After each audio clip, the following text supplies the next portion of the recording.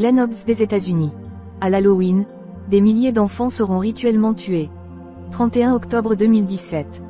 Le témoignage d'un ancien sataniste qui témoigne de la vérité qui se passe à Halloween dans le monde, croyez-le ou non. C'est un fait bien connu qu'en Amérique, où cette célébration mégalomane et démoniaque a repris, un nombre record d'enfants disparaissent chaque année à l'occasion de Halloween. Et ainsi, année après année, pendant que certains célèbrent, d'autres sont torturés.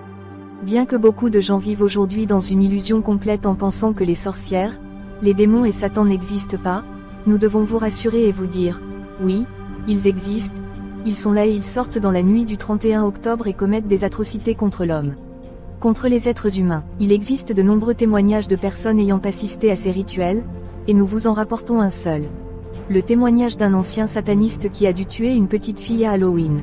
Il s'agit de Glen Hobbs, un homme qui s'est sorti du satanisme et qui témoigne aujourd'hui haut et fort des horribles tortures et meurtres qu'il a dû commettre à Halloween pour satisfaire Satan. Nous vous apportons ce témoignage pour connaître les horreurs de cette soirée et peut-être reconsidérer si vous sortirez et célébrerez cette soirée ou si vous vous joindrez à un mouvement louable appelé Halloween, qui appelle tous les gens à une prière profonde contre la veille de la Toussaint et contre le mal qui se manifeste ce soir-là où des enfants innocents souffrent le plus. Ma participation au culte de Satan s'est déroulée pendant mon enfance parce que j'étais un sataniste générationnel. Cela signifie que toute ma famille et leurs familles avant eux ont été impliquées. Mes premiers souvenirs d'Halloween et certaines des choses dans lesquelles j'ai participé représentaient pour moi une période très sombre de ma vie. Je n'ai pas apprécié. Pouvez-vous nous dire, Glen, quelque chose sur les rituels d'Halloween auxquels vous avez participé lorsque vous étiez enfant?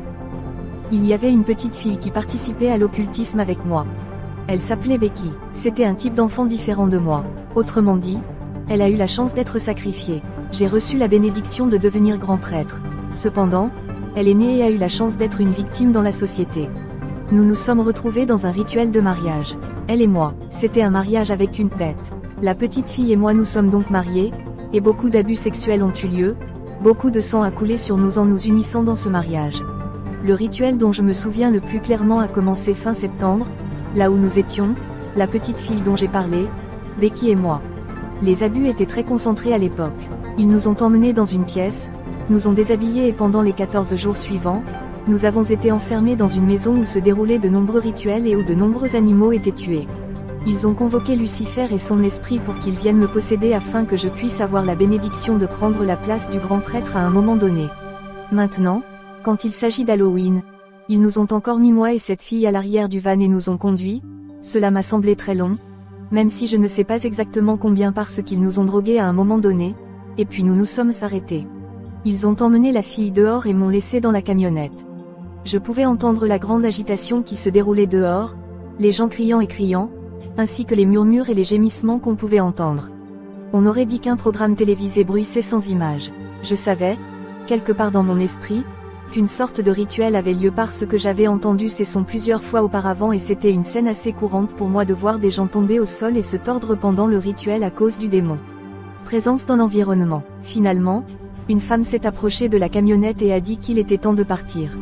Elle m'a fait sortir de la camionnette et j'ai pu voir une foule de gens à cet endroit. Certains étaient vêtus d'uniformes marron foncé avec une capuche sur la tête. Ils m'ont fait traverser cette messe et m'ont conduit à un hôtel de pierre.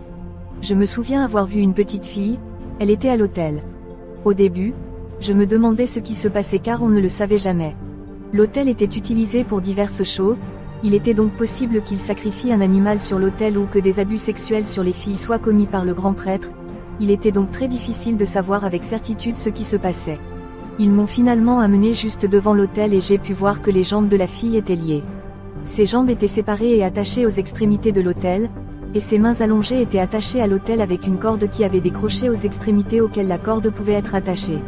Elle était toute blanche. Je me souviens de l'avoir vue, elle était complètement pâle et j'ai remarqué qu'il lui avait coupé les talons des pieds et le poignet de la main. Le sang qui coulait de ces coupures était collecté dans des coupes et distribué à diverses personnes qui buvaient son sang.